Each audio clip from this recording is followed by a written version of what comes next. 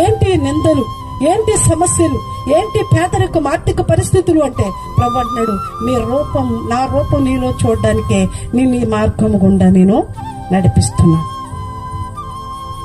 మనం అనుకోవచ్చు, ఏంటండి ఇన్ని శోధనలు, ఇలా ప్రార్థనే లేదండి, ప్రార్థన చేస్తున్నా నాకు ఎటువంటి సమస్యలు.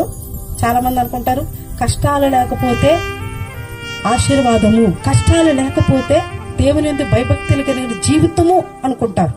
కానీ కాదు. ఎవరైతే శోధనలు వెంబడి, బాధల వెంబడి, అవమానాల వెంబడి, నిందల వెంబడి, సమస్యల వెంబడి వారు ఆ మార్గములో ముళ్ళ మార్గములో వెళుతుంటారు, వారు ప్రభు చిత్తంలో ఉన్నవారు. ప్రభు అలాంటి సమస్యల్లోంచి నేను నడిపిస్తాడు. ఎందుకో తెలుసా? నీకు ఓపిక నేర్పించడానికి, నీకు సహనము నేర్పించడానికి, నీకు విధేయత నేర్పించడానికి ప్రభు అలాంటి మార్గము గుండా మనల్ని నడిపిస్తాడు. అవసరాలు ఏంటి, నిందలు ఏంటి, సమస్యలు ఏంటి, పేదరికం, ఆర్థిక పరిస్థితులు అంటే ప్రభు అంటున్నాడు, నా రూపం నీలో చూడడానికే నేను ఈ మార్గము గుండా నేను నడిపిస్తున్నా. మనం అనుకోవచ్చు, ఏంటండి ఇన్ని శోధనలు, ఇలా ప్రార్థనే లేదండి, ప్రార్థన చేస్తున్నా నాకు ఎటువంటి సమస్యలు.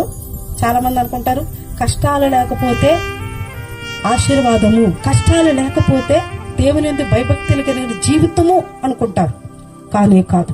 ఎవరైతే శోధనలు వెంబడి, బాధల వెంబడి, అవమానాల వెంబడి, నిందల వెంబడి, సమస్యల వెంబడి వారు ఆ మార్గములో ముళ్ళ మార్గములో వెళుతుంటారు, వారు ప్రభు చిత్తంలో ఉన్నవారు. ప్రభు అలాంటి సమస్యల్లోంచి నేను నడిపిస్తాడు. ఎందుకో తెలుసా?